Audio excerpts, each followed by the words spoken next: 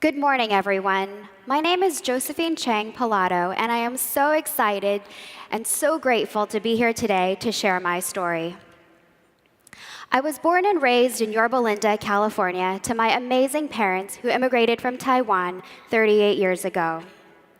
They came to the United States with one suitcase and barely any money to start their life together in a foreign country, working tirelessly, bartending and waiting tables, just trying to make ends meet.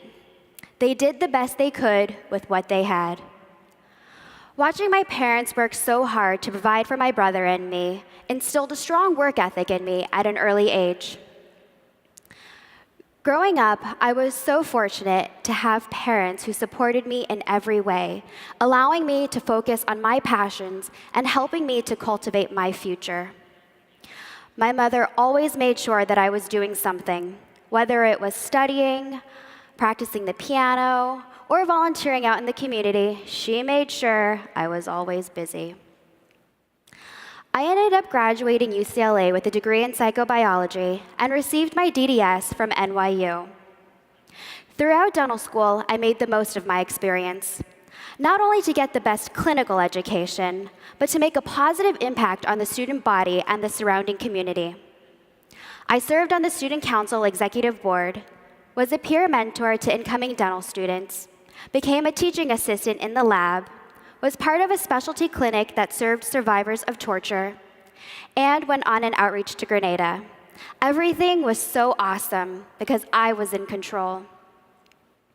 But one day, that all changed.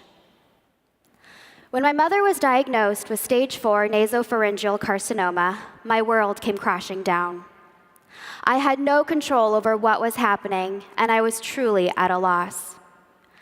Despite her immense suffering, my mother was incredible throughout the entire ordeal and always had a brave face for her family. Throughout years of anguish, I was torn between Yorba Linda and Chicago, trying my best to support my two families that were 2,000 miles apart. Every time I went home, my mother would always encourage me to hurry up and go back to Chicago and maintain your responsibility to your patients and family there, as if she was the burden. Until the end, she pushed me to do my best and to take care of others before her. Her selflessness is the core of who I am. Losing my mother was the most devastating thing that has ever happened to me. However, it taught me that we don't have control over certain things. But the things that we do have control of, we need to take ownership and make the most of it. And that is what I live by. The only way that I knew how to cope with my mother's passing was to do something to honor her. So I decided to start and host an oral cancer walk in her memory. I had no idea what I was doing, and probably had no business running a dental practice and starting an oral cancer walk from scratch.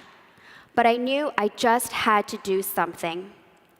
Something that would commemorate her, in hopes of stimulating awareness about this awful disease and maybe, just maybe, saving at least one life. Organizing this walk was a challenging experience, to say the least. But once I set my mind to it, it was done. One thing led to another, and the first oral cancer walk in the southern suburbs of Chicago came to fruition on May 13th, 2017. I'd like to thank you all so much for listening to my story today. My mother was and is a true inspiration.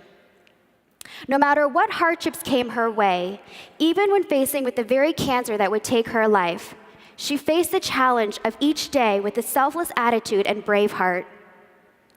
Life doesn't always go as we plan. And sometimes it may feel like we have no control at all. But it's how we respond to these uncontrollable events that defines who we are. I hope my mother has inspired you today, like she inspires me every day, to do something good and to be something greater. Thank you so much.